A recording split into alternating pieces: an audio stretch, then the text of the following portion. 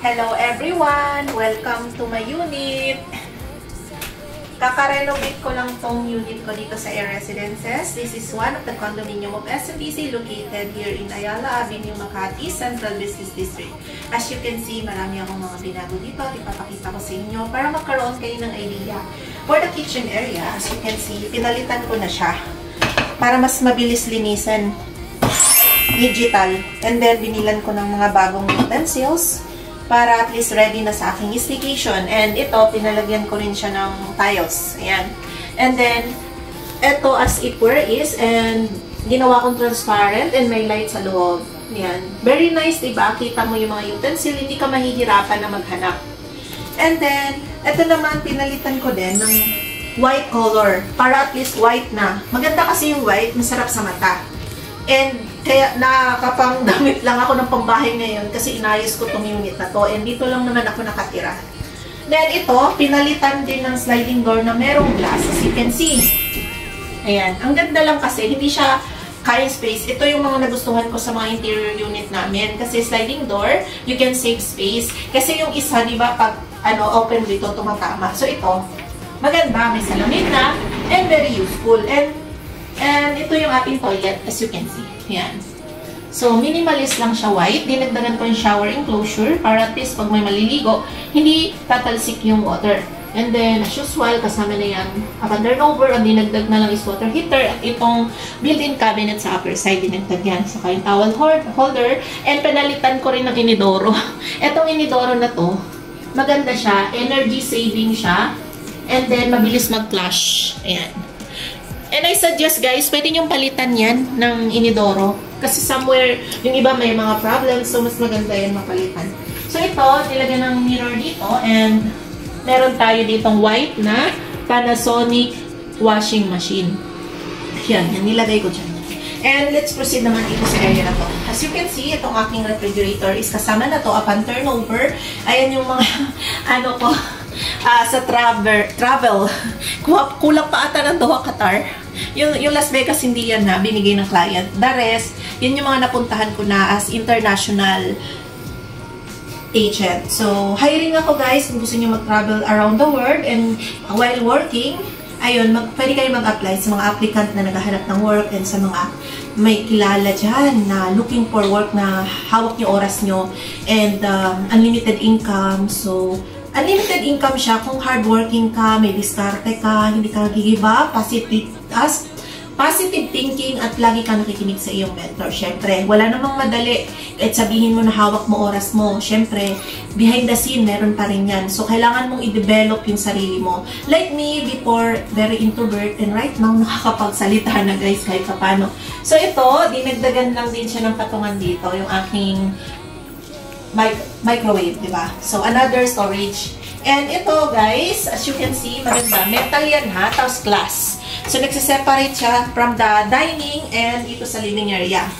And let's proceed na dito. As you can see, ang daming drawer, di ba? Kasi tinirhan ko to before. And nilagyan ko ng maraming drawer para marami akong lalagyan dito ng mga documents, sa mga bubot, di ba? Para hindi sila nakakalat tingnan. So, hindi ko na siya tinanggal as if were is na lang. And then yung TV ko, gusto ko na malaki para may enjoy mo yung panonood mo ng Netflix and YouTube. And syempre, Whoopee, ayan, yung Wi-Fi, mabilis yan. And may mga lightning siya para buhay and may accent dito ng mga plants kasi mahilig tayo sa plants. Plantita lang ang peg. And then another side naman dyan is mga storage.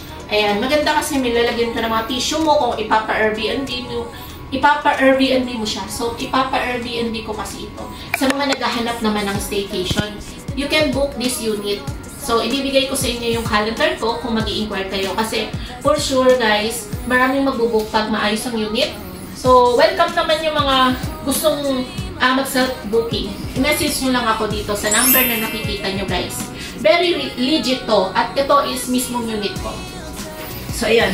And nilagyan dito ng carpet. Then, 2-seater lang para hindi kayang space. And this is the sofa bed. Maraming pillowcase. Kasi mahilig tayong mag-hug ng mga pillow, di ba? Sa gabi, pwede siyang gawing bed. And sa araw, ganito. And napansin nyo, another storage naman siya dito. So, yan. para lalagyan na naman, hilig talaga ako sa storage. Dati kasi tinerhan ko siya. Then, another, ano naman dito, lime wash yung color. Di ba white, painted white lang yan. Napansin nyo, lime wash yung design na yan. So, eto, pinalagan ko ng, ng sabitan para hindi nagkakawala-wala yung mga, na yan, remote. Mabilis ang mahanap. Then, nilagyan ko dito. Ito, ikakabit pa dyan. Tatlo to. So, pinatong ko na lang muna for now. And then, another accent here. And as you can see, glass, syempre. And, di ba sabi nila sa pungso, yung glass daw, diretso sa higaan mo. So, ginawa ko half lang. Masyado tayong mapamahiin, guys. So, ito, as in, maganda pa rin naman tignan. And may light siya dito, di ba? Ang ganda lang. And then, another pin light na naman doon sa upper side.